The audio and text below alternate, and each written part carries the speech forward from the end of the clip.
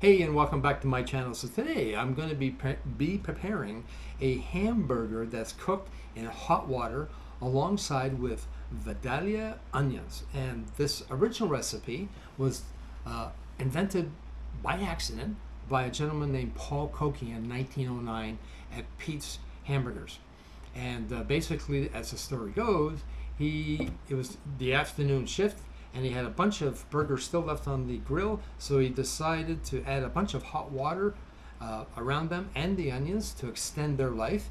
The customers who bought them loved it automatically, and from then forward, he and Pete's Hamburgers to this day are still cooking hamburgers in very hot water. So I'm going to do the same thing, not on a cooking grill, but on a baking sheet in my kitchen. So this first thing you want to do is get an ice cream scoop, and I guess they're all basically the same size, and just take a good size chunk of Hamburg and make a little ball, about the size of my palm, put it aside, and have them all ready. So these two are going to be kind of small size. Let's do kind of a medium-sized one, and well, let's make this one really big.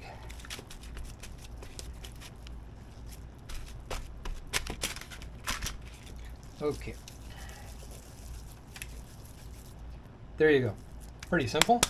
No salt, no pepper, no eggs, just good old-fashioned raw hamburger.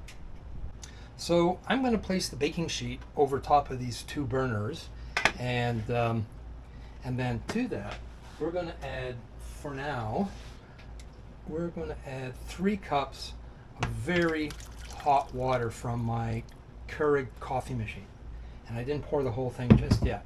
So I'm going to turn on the burner on maximum to start. Let's pour just a little bit more.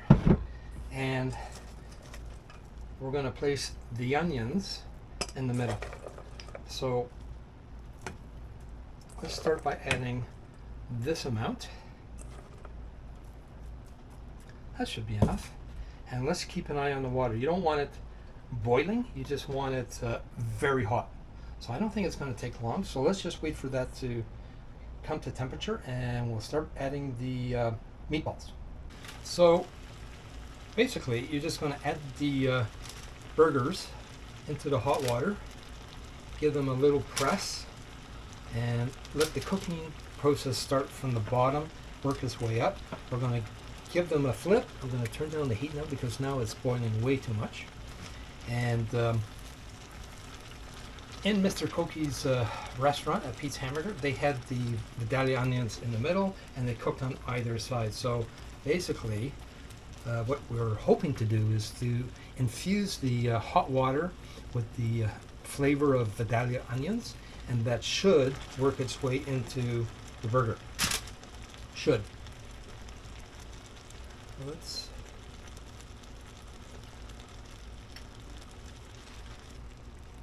I don't think my brand new cookie sheet is going to warp, or at least I'm really hoping it doesn't. But as long as I let it cool here on the stovetop, everything should be just fine. And at least that's the game plan. So I've shifted over the onions to the middle because I notice this burner is creating more heat. So I'm going to give the burger a little flip and press it to flatten it just a little bit. So we'll move this over, give it a press,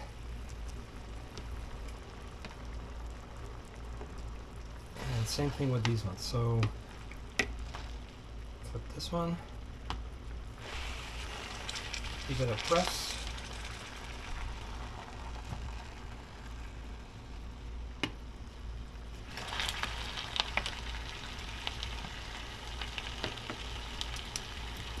and I'm going to let that continue cooking for at least 5 minutes and see how we are after that point.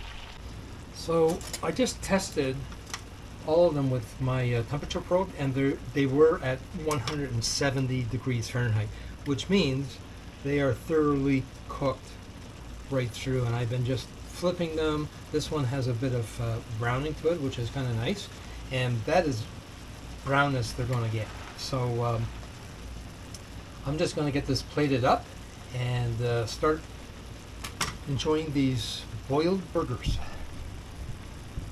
So I'm just using just a regular hamburger bun, and I'm going to give this burger a little shake, try and get off as much of the water as possible.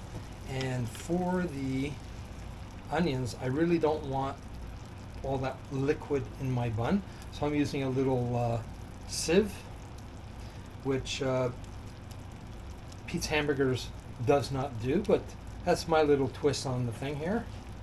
And let me just pull this back, and we'll just top it off with some nice sauteed in water Vidalia onions, and we are good to go. So the boiled hamburger is ready, and here it is. So apparently Mr. Koki, the inventor of this burger, he liked horseradish sauce, and the best I could find was horseradish mayo. And I tried a bit before, just a little taste, and it's not bad. And because I'm Ukrainian, as you know, I was brought up on this stuff, like horseradish, like. And the other thing Mr. Koki liked is ketchup on that. So a little bit of ketchup, a little bit of horseradish mayo, and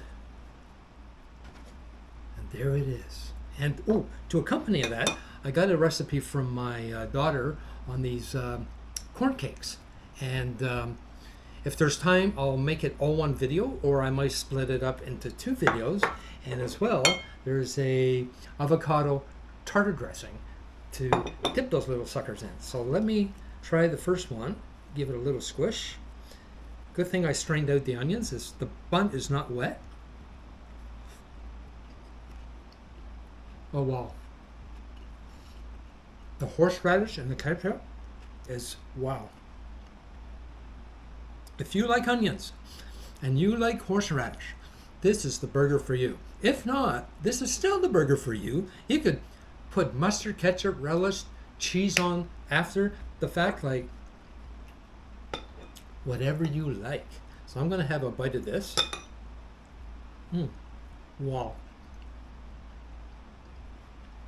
Really good. So I want to thank my daughter Mila for sharing that great recipe with me, and it goes great with this burger. Of course, you can have fries, you can have coleslaw, you can have anything with this, but try it today, and I guarantee you're going to like it. So thank you for visiting my channel. Please give me a thumbs up. Until the next one, take care. Bye now.